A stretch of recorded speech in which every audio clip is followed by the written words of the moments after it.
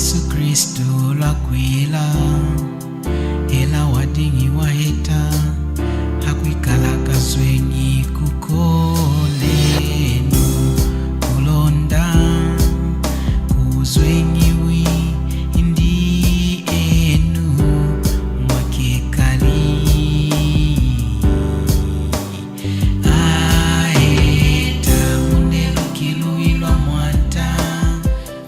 wetu Yesu Kristo lakwila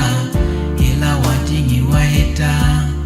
hakwikala kazwenyi kukolenu kulonda kuzwenyiwi indi enu mwakekali aheta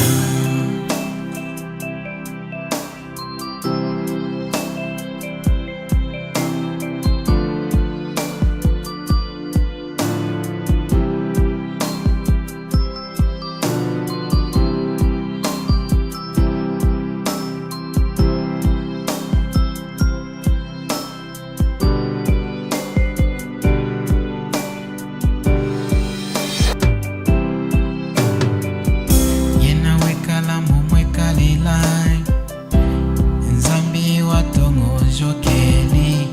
nindi kubwambuka na Nzambi ichuma cha kukakelako ilanga wadirishiri kwikala wakadi kulema hakwikala mwekalela njumu hakwikala chadu anchu munelo kiluilwa mwanta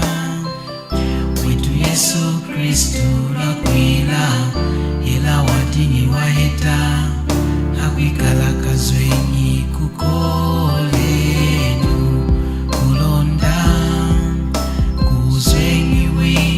indi enu mwakekali